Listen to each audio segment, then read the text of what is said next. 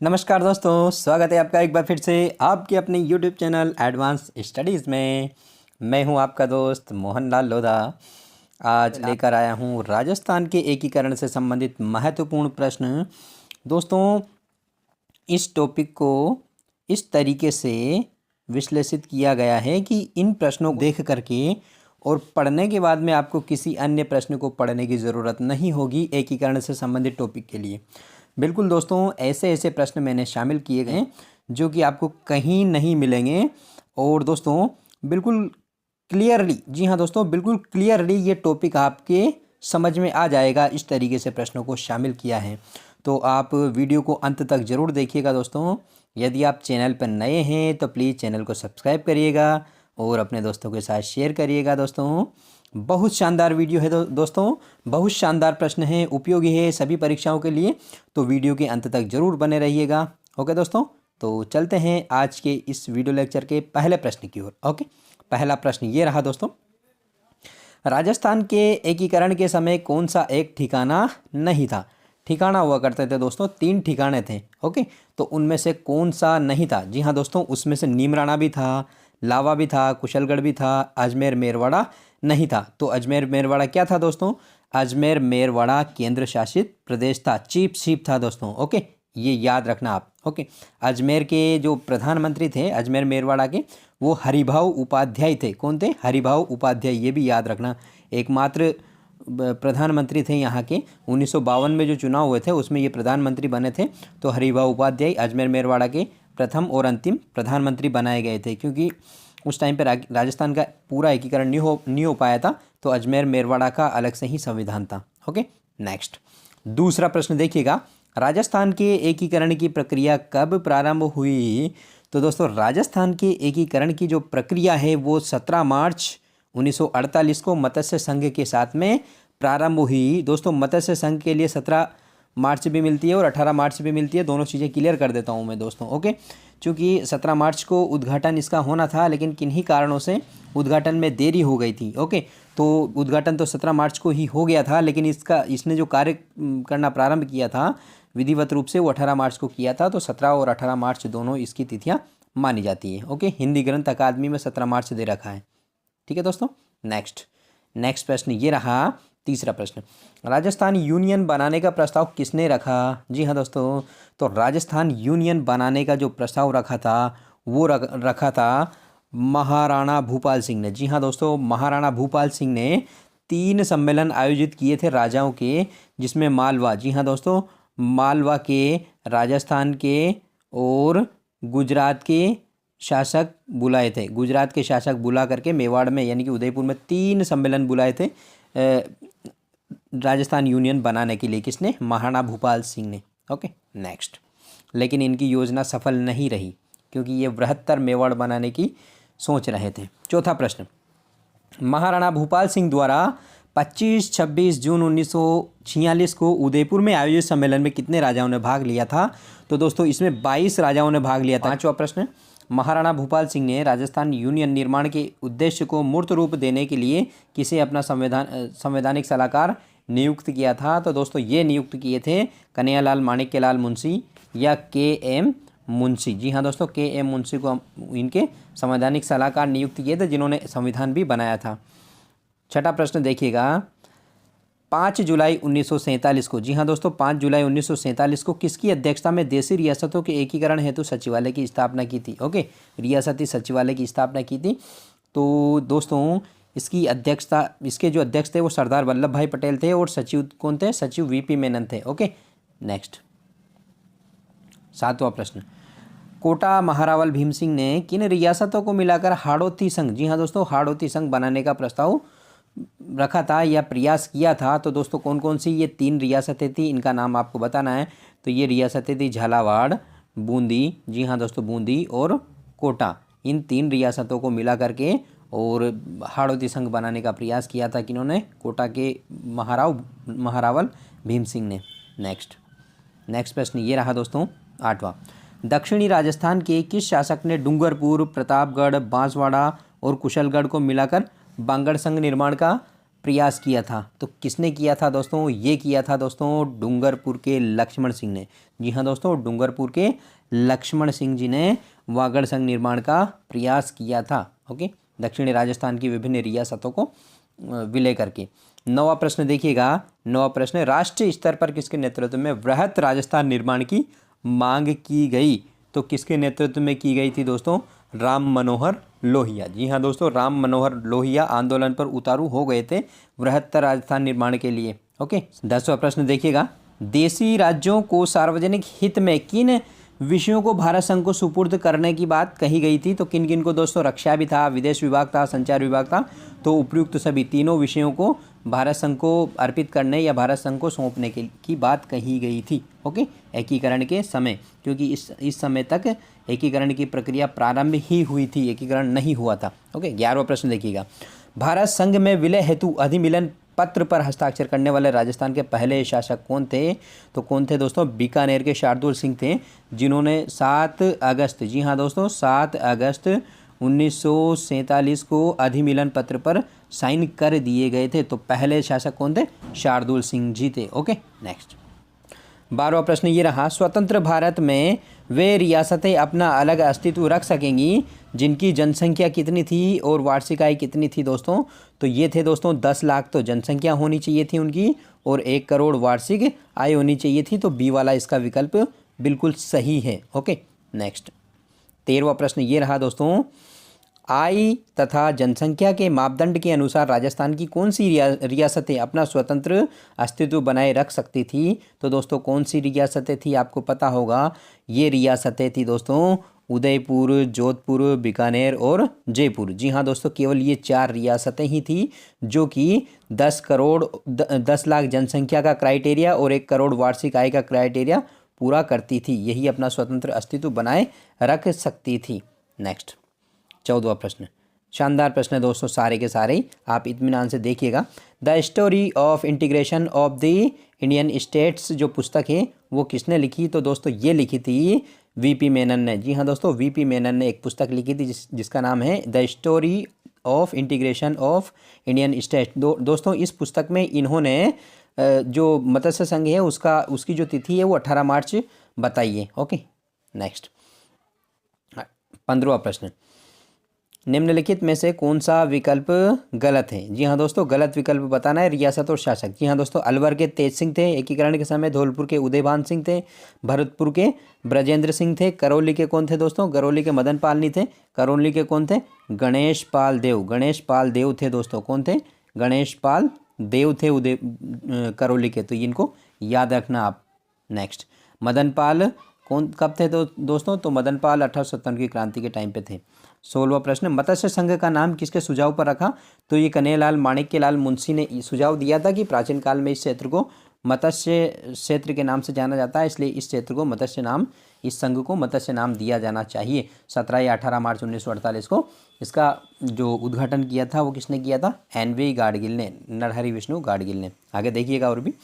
17वां प्रश्न, किस रियासत के एकीकरण को जाट विरोधी बताया और जाट झंडा खतरे में है का नारा दिया था? तो दोस्तों आपको पता होगा राजस्थान की जो जाट रियासत थी या जाट शासन कहाँ था? तो भरतपुर में था। जी हाँ दोस्तों, भरतपुर रियासत में इनके प्रतिनिधित्व को लेकर के पर्याप्त प्रतिनिधित्व इनको नहीं दिया जा रहा था, इसलिए भरतपुर रियासत के एकीकरण के समय जाट समुदाय ने विरोध किया था और जाट झंडा खतरे में है का नारा दिया था। आगे और भी देखेंगे इससे संबंधित प्रश्न।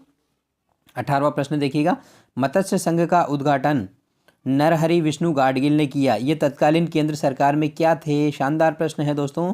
तो दोस्तों ये क्या थे? देखिएगा, खनिज और विद्युत मंत्री, संचार मंत्री, विदेश मंत्री या गृह मंत्री? तो दोस्तों ये थे खनिज और विद्युत मंत्री। जी हाँ दोस्तों, खनिज और विद्युत मंत्री थे ये। नेक्स्ट प्रश्न देखिएगा, 19वां प्रश्न, आपको भी पता होगा दोस्तों, बहुत शानदार प्रश्न है, आपको लग रहा होगा वाकई में प्रश्न है।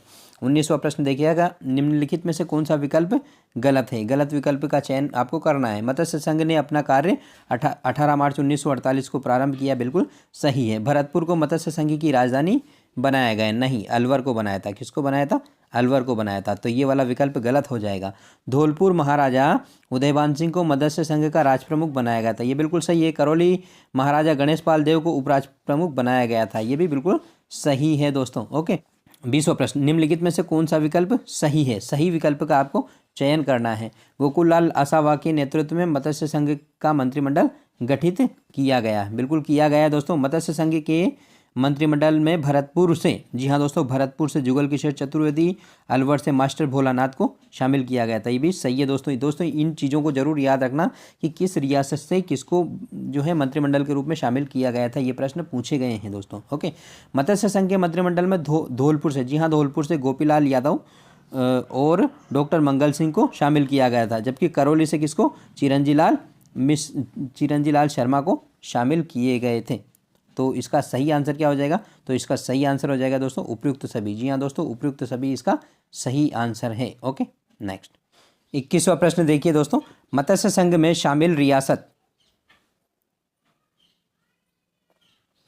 21वां प्रश्न देखिए दोस्तों, मत्स्य संघ में शामिल किस रियासत के महाराजा को सर्वाधिक, जी हाँ दोस्तों, सर्वाधिक 5,20,000 रुपये का प्रवी पर्स दिया गया था? तो किस रियासत के शासक को दिया गया था दोस्तों? तो ये दिया गया था अलवर रियासत के शासक को 5 लाख रुपये और 5,20,000 रुपये का प्रीवी पर्स दिया गया था। 22वां प्रश्न, मत्स्य संघ के उद्घाटन में किस जाट नेता ने हस्तक्षेप किया था? इसमें हस्तक्षेप किया था ठाकुर देशराज। जी हाँ दोस्तों, ठाकुर देशराज ने भारत के विभिन्न नेताओं से मिलकर के और समझौता किया और जाट समुदाय को पर्याप्त प्रतिनिधित्व के बाद में इसका उद्घाटन संभव हुआ था। तो 17 मार्च को तो इसका उद्घाटन हुआ था, लेकिन 2 घंटे देरी से हुआ था, और 18 मार्च को इसका कार्य प्रारंभ हुआ इस मत्स्य संघ का। तो इसकी दोनों तिथियां मिलती है, 17 मार्च और 18 मार्च। ओके, नेक्स्ट 23वां प्रश्न, नीम राणा को राजस्थान में विलय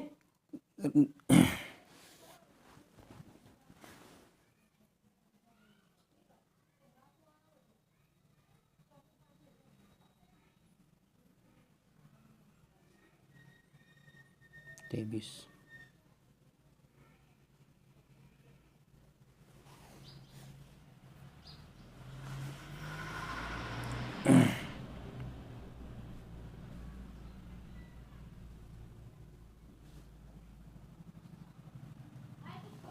23वां प्रश्न देखिए, नीम राणा का राजस्थान में विलय कब संपन्न हुआ?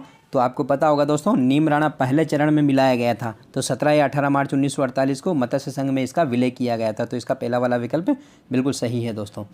24वां प्रश्न देखिएगा, निम्नलिखित में से कौन सा विकल्प क्या है? गलत है। कौन सा विकल्प गलत है दोस्तों? तो राजस्थान संघ, जी हाँ दोस्तों, राजस्थान संघ जो बना था वो बना था 25 मार्च 1948 को, जिसकी राजधानी कोटा बनाई गई थी। ओके, और संयुक्त राजस्थान, जी हाँ दोस्तों, संयुक्त राजस्थान 18 अप्रैल 1948 को, जिसकी राजधानी उदयपुर बनाई गई थी। और वृहत राजस्थान, जी हाँ दोस्तों, वृहत राजस्थान जिसको कि राजस्थान दिवस भी के रूप में भी मनाते हैं, तो 30 मार्च 1949 बिल्कुल सही है। वर्तमान राजस्थान 26 जनवरी 1950 नहीं है दोस्तों, 1 नवंबर, जी हाँ दोस्तों, 1 नवंबर 1956 को वर्तमान राजस्थान अस्तित्व में आया था। तो डी वाला इसका विकल्प बिल्कुल सही हो जाएगा, क्योंकि डी वाला गलत विकल्प है। नेक्स्ट 25वां प्रश्न देखिए, लावा व कुशलगढ़ को, जी हाँ दोस्तों, लावा और कुशलगढ़ को किस संघ में शामिल किया गया था दोस्तों? तो लावा और कुशलगढ़ को किस संघ में शामिल किया गया था? इसको राजस्थान संघ में शामिल किया गया था दोस्तों, राजस्थान संघ में। राजस्थान संघ कब बना था? तो राजस्थान संघ बना था दोस्तों 25, जी हाँ दोस्तों, राजस्थान संघ 25 मार्च 1948 को जो राजस्थान संघ बना था उसमें इसको शामिल किया गया था। किसको? लावा और कुशलगढ़। दोस्तों लावा के बारे में चौथे चरण में भी विवरण मिलता है, लेकिन राजस्थान हिंदी ग्रंथ अकादमी की बुक में दूसरे चरण में ही इसका विलय होना बताया गया है, तो आप इसको मान सकते हैं। 26वां प्रश्न, राजस्थान संघ में कौन सी रियासत शामिल नहीं थी? तो दोस्तों राजस्थान संघ जो बना था, कब बना था राजस्थान संघ? तो राजस्थान संघ 25 मार्च को जो बना था ना, उसमें कौन सी रियासत शामिल नहीं थी? 25 मार्च 1948 को बना था, उसमें कौन सी रियासत शामिल नहीं थी आपको ये बताना है। तो उसमें किशनगढ़ भी थी, झालावाड़ भी थी, शाहपुरा भी थी, तो कौन सी नहीं थी? सिरोही नहीं थी दोस्तों, सिरोही रियासत इसमें शामिल नहीं थी। 27वां प्रश्न, निम्नलिखित में से कौन सा विकल्प सही है? जी हाँ दोस्तों, सही विकल्प का आपको चयन करना है। इसमें दिया गया है विभिन्न एकीकरण के विभिन्न चरण और उनके उद्घाटनकर्ता। तो सही विकल्प का चयन करना है। राजस्थान संघ जो बना था, जी हाँ दोस्तों, राजस्थान संघ की बात हो रही है यहाँ, जो जिसकी राजधानी कोटा थी, तो दूसरे चरण वाली, तो नरहरि विष्णु गाडगिल को बनाया था। संयुक्त राजस्थान जो कि तीसरा चरण था, जिसमें उदयपुर को मिलाया गया था, तो जवाहरलाल नेहरू ने इसका उद्घाटन किया था। और वृहत राजस्थान, जिसमें जयपुर, जोधपुर, बीकानेर और ये रियासतें मिली थी, किसमें, संयुक्त वृहत राजस्थान में, तो ये वृहत राजस्थान का उद्घाटन किया था सरदार वल्लभ भाई पटेल ने। तो उपयुक्त सभी विकल्प सही है। ये वाला दूसरा चरण था दोस्तों, ये तीसरा था और ये चौथा वाला चरण था, क्रमशः ये चरण है। ओके, नेक्स्ट 28वां प्रश्न देखिएगा। राजस्थान संघ के संदर्भ में निम्नलिखित में से कौन सा विकल्प गलत है? गलत विकल्प को आपको बताना है। राजस्थान संघ की बात हो रही है, तो राजस्थान संघ आपको पता है कब बना था? 25 मार्च, जी हाँ दोस्तों, बहुत बार चर्चा कर चुके हैं, 25 मार्च 1948 को बना था। ओके, तो राजधानी तो कोटा थी इसकी। ओके, राज प्रमुख महाराव भीम सिंह बनाए गए थे और इसके उपराज प्रमुख कौन बनाए थे? इसके उपराज प्रमुख कौन बनाए गए थे दोस्तों? तो इसके उपराज प्रमुख बहादुर सिंह जो थे बूंदी के, जी हाँ दोस्तों, बूंदी के वो उपराज प्रमुख बनाए गए थे। और प्रधानमंत्री कौन बनाए गए थे? माणिक्य लाल वर्मा प्रधानमंत्री नहीं थे दोस्तों, गोकुल लाल आसावा, जी हाँ दोस्तों, गोकुल लाल आसावा इसके प्रधानमंत्री थे। कौन थे? गोकुल लाल आसावा, जी हाँ दोस्तों, गोकुल लाल आसावा इसके प्रधानमंत्री बनाए गए थे। इसके याद रखना, शाहपुरा से संबंधित थे ये। ओके, नेक्स्ट 29वां प्रश्न। मेवाड़ की ओर से राजस्थान संघ में विलय हेतु 3 शर्तें रखी गई थी, इनमें कौन सी शर्त शामिल थी? तो बताइएगा। तो पहली शर्त है मेवाड़ महाराणा को संयुक्त राजस्थान का वंशानुगत राज प्रमुख बनाया जाए, तो ये बिल्कुल सही है दोस्तों, ये शर्त बिल्कुल थी। बी वाला है मेवाड़ महाराणा को 20 लाख रुपए वार्षिक प्रीव्यू पर से दिया जाए, तो ये भी था। सी वाला है मेवाड़ को संयुक्त राजस्थान की राजधानी बनाया जाए, तो ये भी था दोस्तों। उपयुक्त सभी विकल्प इसका सही है। लेकिन दोस्तों इसमें सिर्फ एक ही, जी हाँ दोस्तों, सिर्फ एक ही शर्त भारत सरकार ने मानी थी, वो मानी थी कि वंशानुगत राज प्रमुख इनको बना दिया जाएगा। लेकिन ये भी संभव नहीं हुआ था 1956 में भी इसको संशोधित करके, और राज प्रमुख का पद राज्यपाल ने तब्दील कर दिया गया था। विभिन्न प्रकार से परिवर्तन करके इनका 20 लाख वाला ये प्रीव्यू पर्स का मामला ये भी स्वीकार कर लिया था, क्योंकि 10 लाख तो प्रीव्यू पर्स के रूप में और 5 लाख भत्ते के रूप में और 5 लाख धार्मिक कार्यों के रूप में इस तरीके से इनको दे दिया गया था। और राजधानी तो इसकी बनाई गई थी सही, मेवाड़ को संयुक्त राजस्थान की राजधानी बनाई जाए, यानी कि मेवाड़ यानी कि उदयपुर। ओके, उदयपुर को संयुक्त राजस्थान की राजधानी बनाने का प्रस्ताव था। मेवाड़ का मतलब है दोस्तों उदयपुर। ओके, नेक्स्ट 30वां प्रश्न देखिएगा दोस्तों। संयुक्त राजस्थान के संविधान की धारा जो 8 जो थी वो किससे संबंधित थी? तो दोस्तों ये जो धारा 8 थी ये संबंधित थी संघ जो कि, जी हाँ दोस्तों, संयुक्त राजस्थान संघ के भविष्य पर भारत सरकार का निर्णय जो है वो बाध्यकारी होगा। जो भी भारत सरकार इसके संदर्भ में निर्णय लेगी वो इसको मानना पड़ेगा। इससे संबंधित थी धारा कौन सी? धारा 8। इस पर सभी शासकों ने हस्ताक्षर किए थे, सभी रियासतों के प्रशासकों ने और शासकों ने। ओके, 31वां प्रश्न देखिएगा। निम्नलिखित में से कौन सा विकल्प क्या है? गलत है। तो देखिएगा, पहला, संयुक्त राजस्थान की राजधानी उदयपुर मुख्यमंत्री माणिक्यलाल वर्मा बनाए गए थे, बिल्कुल सही है। राज प्रमुख महाराणा भूपाल सिंह और वरिष्ठ उपराज प्रमुख महारावल भूपाल सिंह कोटा वाले बनाए गए थे, ये भी सही है। सी वाला देखिए, संयुक्त राजस्थान के मंत्रिमंडल में गोकुल लाल आसावा, प्रेम नारायण माथुर, भूरेलाल बयां, मोहनलाल सुखाड़िया, भोगीलाल पांड्या, अभिन्न हरि और ब्रज सुंदर शर्मा जो कि बूंदी से थे, इन सभी को शामिल किया गया था। नेक्स्ट डी वाला देखिए, डी वाला है महाराव बहादुर सिंह और महारावल लक्ष्मण सिंह को उपराज्य प्रमुख बनाए गए थे। दोस्तों उपराज प्रमुख इनको नहीं बनाए गए थे, उपराज प्रमुख नहीं बनाए गए थे, इनको क्या बनाए गए थे? कनिष्ठ, जी हाँ दोस्तों, कनिष्ठ उपराज प्रमुख बनाए गए थे। तो ये वाला विकल्प इसका क्या हो जाएगा? गलत हो जाएगा। तो इस प्रश्न का आंसर यही हो जाएगा। उपराज प्रमुख नहीं बनाए गए थे, कनिष्ठ उपराज प्रमुख बनाए गए थे इनको। ओके, नेक्स्ट 32वां प्रश्न। ब्रज सुंदर शर्मा, जी हाँ दोस्तों, ब्रज सुंदर शर्मा जिनको संयुक्त राजस्थान के मंत्रिमंडल में शामिल किया गया था, किस रियासत से संबंधित है? अभी हमने चर्चा की है, तो ये बूंदी रियासत से संबंधित है दोस्तों। किस रियासत से संबंधित है? बूंदी रियासत से। ओके, नेक्स्ट 33वां प्रश्न। पी सत्यनारायण राव समिति की सिफारिश पर विभिन्न विभाग तथा संबंधित शहर के संदर्भ में कौन सा विकल्प गलत है? दोस्तों सत्य ही क्या है? सत्य ही शिव है। जी हाँ दोस्तों, सत्य ही शिव है। तो पहले जो समिति बनी थी वो पी सत्यनारायण राव समिति बनी थी, और उसके बाद में जो समिति बनी थी वो बनी थी दोस्तों शंकर राव देव समिति। ओके, ये आप याद रखना। ओके, शंकर राव देव, शंकर यानी कि शिव। ओके, तो शंकर राव देव समिति अलग है और पी सत्यनारायण राव समिति मत्स्य संघ से संबंधित है। ओके, तो दोनों चीज़ों को आप याद रखिएगा। नेक्स्ट देखिएगा, तो उच्च न्यायालय जोधपुर में बनाया गया था। शिक्षा विभाग कहाँ बनाया था? शिक्षा विभाग कहाँ बनाया गया था? बीकानेर में बनाया गया था। और खनिज विभाग उदयपुर में था और कृषि विभाग भरतपुर में था। तो इसमें कौन सा विकल्प गलत हो जाएगा? बी वाला। जी हाँ दोस्तों, बी वाला विकल्प गलत हो जाएगा क्योंकि शिक्षा विभाग बीकानेर में था। दोस्तों शंकर राव देव समिति की सिफारिश पर ही, जी हाँ दोस्तों, शंकर राव देव समिति की सिफारिश पर ही मत्स्य संघ का विलय शेष राजस्थान में किया गया था। इसको आप ध्यान रखिएगा। ओके, 34वां प्रश्न, वृहत राजस्थान के मंत्रिमंडल में कोटा से किसे शामिल किया गया था? शानदार प्रश्न है दोस्तों, स्टार लगा लीजिए।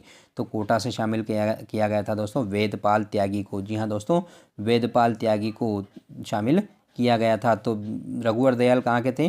तो रघुवर दयाल बीकानेर से थे। रघुवर दयाल बीकानेर से थे। फूलचंद बाफना कहाँ से थे? तो फूलचंद बाफना जोधपुर से थे दोस्तों। और भी है प्रेम नारायण माथुर, ये कहाँ से थे? तो दोस्तों प्रेम नारायण माथुर जो थे ये उदयपुर से थे। कहाँ से थे? उदयपुर से थे। ओके, इन सभी को आप इसी तरीके से याद रखना दोस्तों। इसके अलावा दोस्तों और भी सुनिए, सिद्धराज ठड्डा। जी हाँ दोस्तों, सिद्धराज ठड्डा जो थे ये जयपुर से थे और इनको मंत्रिमंडल में शामिल किए गए थे, वृहत राजस्थान के मंत्रिमंडल में। इसके अलावा भूरेलाल बयां, जी हाँ दोस्तों, भूरेलाल बयां जो थे ये उदयपुर से थे। कहाँ से थे? उदयपुर से थे। और नरसिंह कछावा, जी हाँ दोस्तों, नरसिंह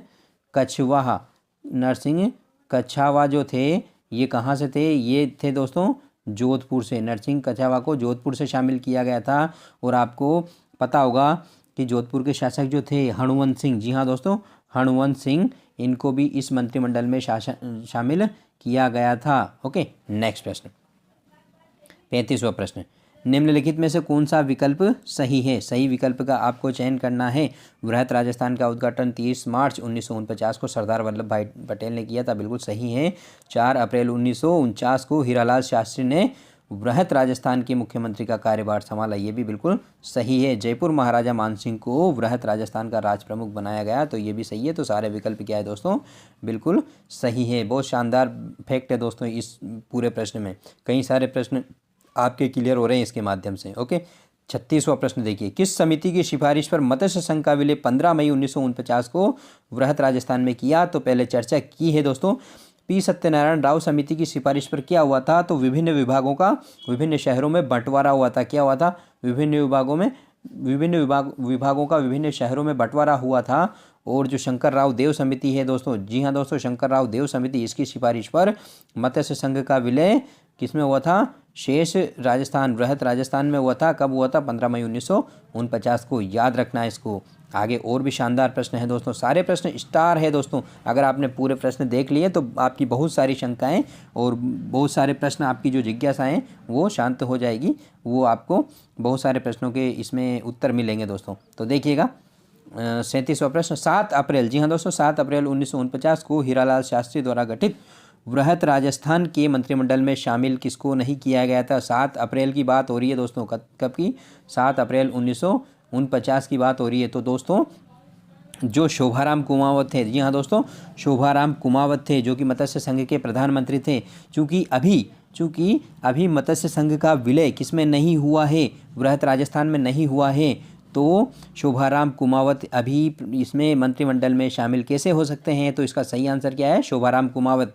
जैसे ही, जी हाँ दोस्तों, जैसे ही 15 मई 1949 को मत्स्य संघ का विलय हो गया किसमें? वृहत राजस्थान में। तो शोभाराम कुमावत को भी मंत्रिमंडल में शामिल कर लिया गया था। लेकिन 7 अप्रैल 1949 को ये मंत्रिमंडल में शामिल नहीं थे, बाकी सारे ही थे। हनुवंत सिंह कहाँ से थे? ये हमने चर्चा की है। हनुवंत सिंह जोधपुर से थे। नरसिंह कछावा भी जोधपुर से थे। सिद्धराज ठड्डा जयपुर से थे। हमने पहले चर्चा की है। ओके, 38वां प्रश्न, माउंट आबू और देलवाड़ा रहित, जी हाँ दोस्तों, माउंट आबू और देलवाड़ा रहित शेष सिरोही का विलय राजस्थान में कब हुआ था? तो दोस्तों इसका विलय जो हुआ था वो हुआ था, कब हुआ था बताइएगा आप? तो इसका विलय 26 जनवरी 1949 49 को हुआ था। जी हाँ दोस्तों, 26 जनवरी 1949 को हुआ था, लेकिन अभी माउंट आबू और देलवाड़ा का विलय होना बाकी था। नेक्स्ट 39वां प्रश्न, 1 नवंबर 1956 को किन किन क्षेत्रों का विलय हुआ? दोस्तों ये इनकी जगह किन पढ़िएगा। ओके, किन क्षेत्रों का राजस्थान में विलय हुआ? तो दोस्तों माउंट आबू और देलवाड़ा का भी हुआ, सुनील टप्पा का भी हुआ, जिसको कि सिरोंज क्षेत्र के बदले जो मंदसौर जिला था उसकी भानपुरा तहसील से लिया था, और अजमेर मेरवाड़ा का भी हुआ। तो उपयुक्त सभी इसका विकल्प सही हो जाएगा। 40वां प्रश्न देखिएगा दोस्तों, किस संविधान संशोधन द्वारा, जी हाँ दोस्तों, किस संविधान संशोधन द्वारा 1 नवंबर 1956 को राज प्रमुख का पद जो है वो समाप्त कर दिया गया? तो दोस्तों ये जो संविधान संशोधन था 7वां, जी हाँ दोस्तों, 7वें संविधान संशोधन के माध्यम से राज्यपाल पद का सृजन किया और राज प्रमुख का पद समाप्त कर दिया गया। ओके, 41वां प्रश्न देखिए, राजस्थान के प्रथम राज्यपाल कौन बनाए गए? तो दोस्तों 1 नवंबर, जी हाँ दोस्तों, 1 नवंबर 1956 को राजस्थान के राज्यपाल बनाए गए। जी हाँ दोस्तों, राजस्थान के राज्यपाल बनाए गए थे। कौन बनाए गए थे? सरदार गुरमुख निहाल सिंह। जी हाँ दोस्तों, सरदार गुरमुख निहाल सिंह राजस्थान के प्रथम राज्यपाल बनाए गए थे। नेक्स्ट प्रश्न है दोस्तों 42वां, 1953 में गठित, जी हाँ दोस्तों, 1953 में गठित राज्य पुनर्गठन आयोग के अध्यक्ष किसे बनाए गए थे? तो दोस्तों इसके अध्यक्ष जो बनाए गए थे वो फजल अली को बनाए गए थे, जबकि शेष जो 3 थे ये भी इसके सदस्य थे। ये शेष 2 भी इसके सदस्य थे। कुल 3 सदस्यीय आयोग था दोस्तों। 1953 में गठित की थी ये समिति और 1956 में इसने अपनी रिपोर्ट दी थी। इसी की रिपोर्ट के आधार पर राजस्थान पहले बी श्रेणी का राज्य हुआ करता था, बी श्रेणी से ए श्रेणी में रखा गया, यानी कि ये श्रेणियाँ जो है समाप्त कर दी गई। बी श्रेणी में वो राज्य थे दोस्तों जहाँ पहले देसी राजाओं का शासन था, और ए श्रेणी में वो राज्य थे जहाँ सीधे अंग्रेजों का शासन था। ओके दोस्तों, ये थे दोस्तों आज के इस वीडियो लेक्चर के 45 प्रश्न। आशा करता हूँ आपको ये प्रश्न समझ में आए होंगे। बहुत ही शानदार प्रश्न है दोस्तों। इस चैनल को सब्सक्राइब करिएगा, अपने दोस्तों के साथ शेयर करिएगा, और वीडियो को लाइक करना तो बिल्कुल नहीं भूलिएगा। ओके दोस्तों, बने रहिएगा इसी तरह हमारे साथ। मिलते हैं अगले वीडियो में एक नए टॉपिक के साथ। Okay, thank you.